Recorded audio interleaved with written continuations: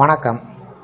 இந்த வீடியோவில் விஜய் மகளிர் திட்டம் ரூபாய் 2500 யாருக்கு கிடைக்காது, யாருக்கு கிடைக்கும் என்பது சார்ந்து தகவல்கள் வெளிவந்துள்ளன. இது சார்ந்து விவரங்களை பார்க்கலாம்.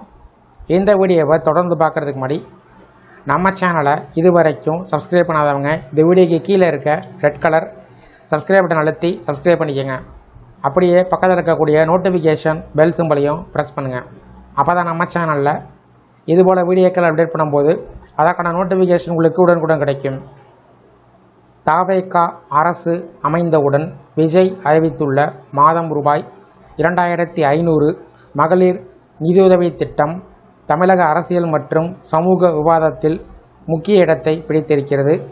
தற்போதைய அரசினுடைய கலைஞர் மகளிர் உரிமை தொகை திட்டத்தில் வழங்கப்படும் ரூபாய் 1000 உதவித்தொகையை விட இது 2 மடங்கு அதிகமாக இருப்பதால் பொதுமக்கள் மத்தியில் ஆரம்பத்தில் மிகுந்த வரவேற்பை பெற்றது. ஆனால் திட்டத்தின் விவரங்களை ஆராய்ந்து பார்த்தால் அனைவருக்கும் கிடைக்க திட்டமா என்ற கேள்வி எழுந்துள்ளது.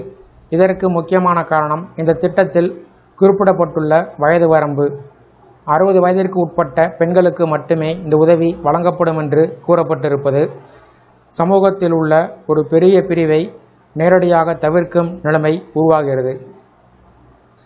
தற்போதைய அரசு திட்டத்தில் 21 வயதிற்கு மேற்பட்ட குடும்பத் தலைவிகள் அனைவருக்கும் விண்ணப்பம் செய்யலாம். மேலும் அதிகபட்ச வயது வரம்பு இல்லாததால் 60 வயதிற்கு மேற்பட்ட பெண்களும் இதன் பயனை அனுபவித்து வருகிறார்கள். குறிப்பாக முதியோர் ஓய்வூதியம் பெறாத பல பெண்களுக்கு இந்த ரூபாய் 1000 தொகை ஒரு முக்கிய ஆதாரமாக உள்ளது. ஆனால் புதிய திட்டத்தில் அவர்கள் தானாகவே விலக்கப்படுவதால் அதிக தொகை என்றாலும் அதிக தேவை உள்ளவர்களுக்கு அது கிடைக்காத சூழல் உருவாகிறது.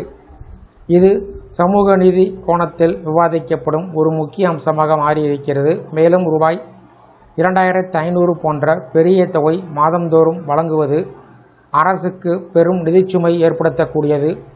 இதனை சமாளிக்கவே பயனாளிகளுடைய எண்ணிக்கையினை கட்டுப்படுத்தும் நோக்கத்தில் வயது வரம்பு கொண்டு வரப்பட்டிருக்கலாம் என்று அரசியல் விமர்சகர்கள் கருதுகிறார்கள். அதே சமயம் தற்போதைய திட்டத்தில் உள்ளபடி வருமான வரம்பு, மின்சார பயன்பாடு, நிலம் அல்லது சொத்து வைத்திருப்பது போன்ற பல தகுதி அளவுகோல்கள் இதில் சேர்க்கப்படுமா என்பது இன்னும் தெளிவாக அறிவிக்கப்படவில்லை.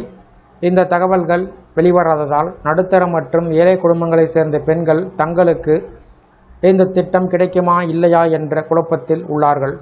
இன்னொரு முக்கியமான கோணம் என்னவென்றால் இந்த 2 திட்டத்தின் நோக்கத்தில் உள்ள வித்தியாசம். தற்போதைய அரசு திட்டம் குடும்ப தலைவிகளின் பொருளாதார பங்களிப்பை அங்கீகரிக்கும் வகையில் வடிவமைக்கப்பட்டிருக்கிறது. அதனால் அது ஒரு வகையில் சமூக பாதுகாப்பு வலையமைப்பாக செயல்படுகிறது.